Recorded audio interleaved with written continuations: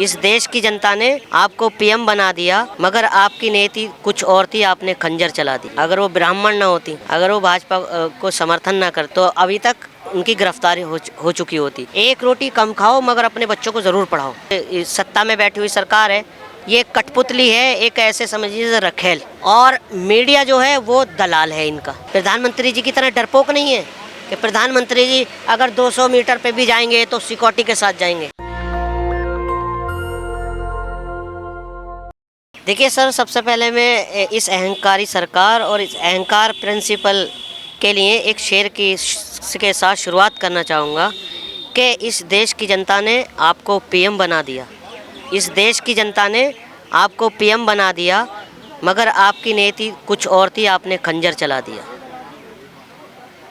क्या लग रहा है सविता राय क्यों नहीं गिरफ्तार हो रहे हैं? देखिए, अगर सविता राय की जगह कोई और कास्ट होती, अगर वो ब्राह्मण ना होती, अगर वो भाजपा को समर्थन ना करती, तो अभी तक उनकी गिरफ्तारी हो चुकी होती।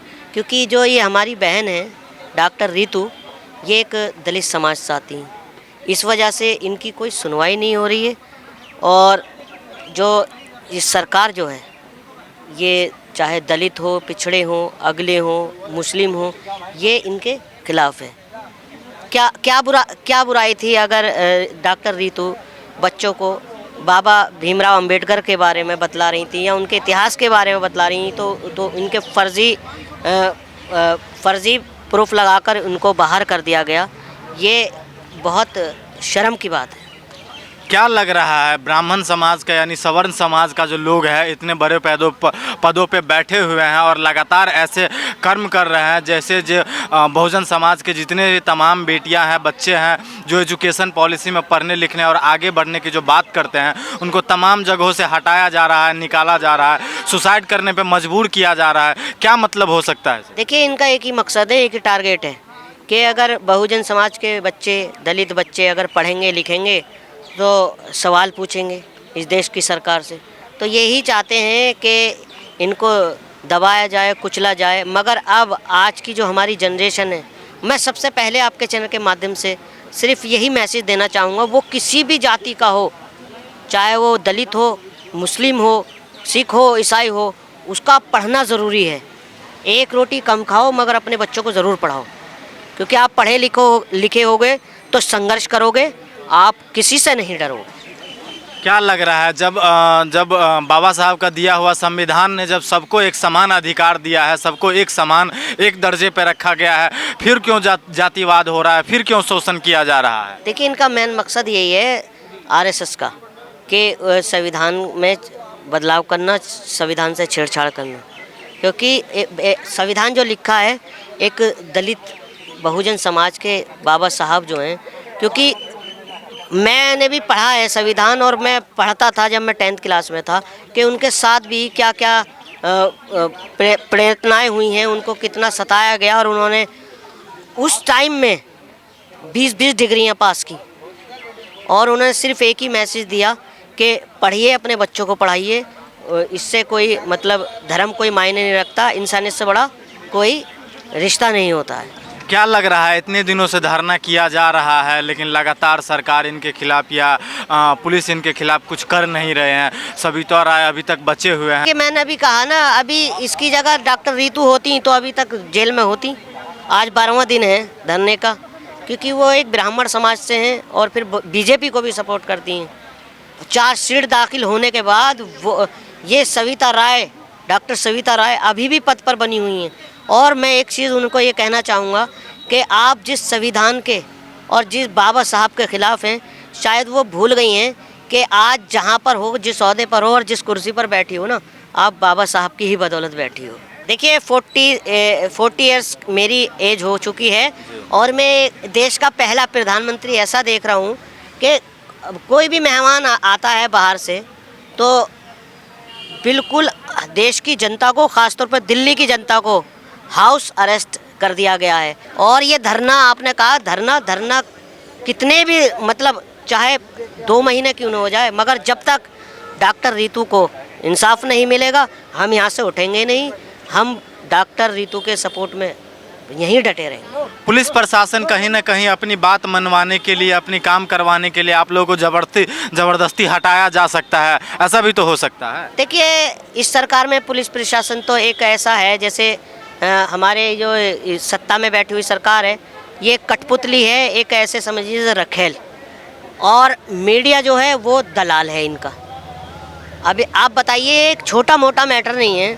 अभी तक आज मैं 12वें दिन देखा है कि एक इंडी टीवी वाले आए हैं, जबकि ये एक बहुत बड़ा मतलब बहुत बड़ा मैटर है। अब तक इसको मीडिया में उठा देना चाहिए था, मगर उसकी जो है ना, अभी तक टीवी पर सिर्फ आप एक सोशल मीडिया वाले हो जो आप इस लड़ाई को दिखा रहे हो, और जब तक आप जैसे पत्रकार जिंदा हैं तब तक लोकतंत्र जिंदा है, संविधान जिंदा है और इंसानियत जिंदा है। क्या लग रहा है कहीं ना कहीं SC ST OBC माइनॉरिटी के जो धरने होते हैं, या उनका बच्चा होता है, या उनका कोई भी चीज़ होता है, कहीं ना कहीं उनको टीवी में नहीं दिखाया जाता है, बड़े चैनल के स्तर से कवरेज नहीं किया जाता है?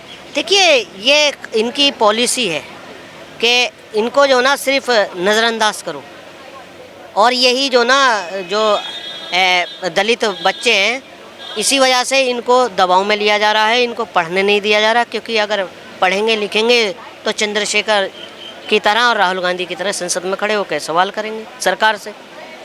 राहुल गांधी को तो सवाल पूछने पे संसदीय रद्द कर दिया जाता है। देखिए, सबको पता था, कोर्ट को भी पता था कि जीत जो होगी वो सच की होगी, और क्या हुआ, जीत सच की हुई, सत्य की हुई, और राहुल गांधी की सदस्यता बहाल की गई।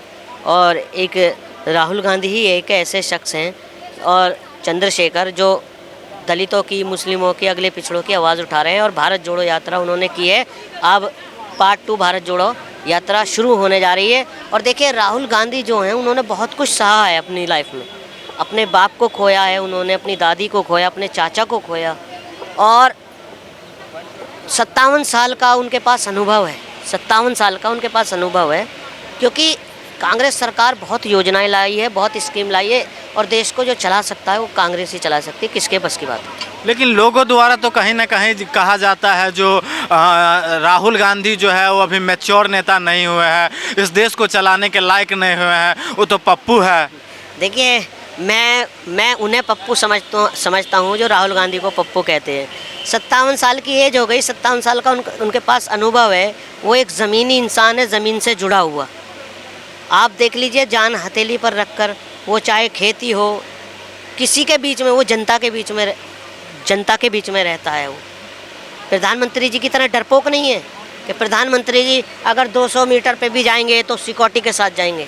ऐसा देश का प्रधानमंत्री होना चाहिए, ऐसा देश का नेता होना चाहिए, जो नेता वही जो अपने जनता के बीच में, अपने देश के बीच में रहे। इससे बड़ा और क्या दुर्भाग्य होगा कि आप अपनी कमियां छुपाने के लिए तुमने उसको सब कवर अप कर दिया। मतलब देश से पता नहीं क्या छुपाया जा रहा है।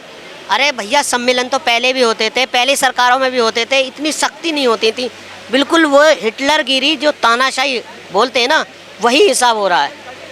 अब हम चाणक्यपुरी से आए थे तो हमारी 4-5 जगह ID देखी गई, इतना बुरा हाल है।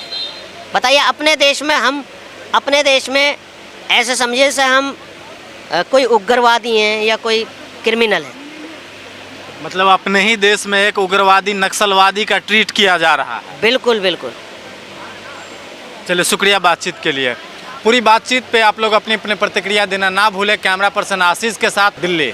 नेशनल दस्तक की आपसे गुजारिश है कि अगर इसको बचाना चाहते हैं तो नेशनल दस्तक को सब्सक्राइब करने के लिए रेड कलर के सब्सक्राइब बटन को दबाएं, फिर बेल आइकन की घंटी दबाएं।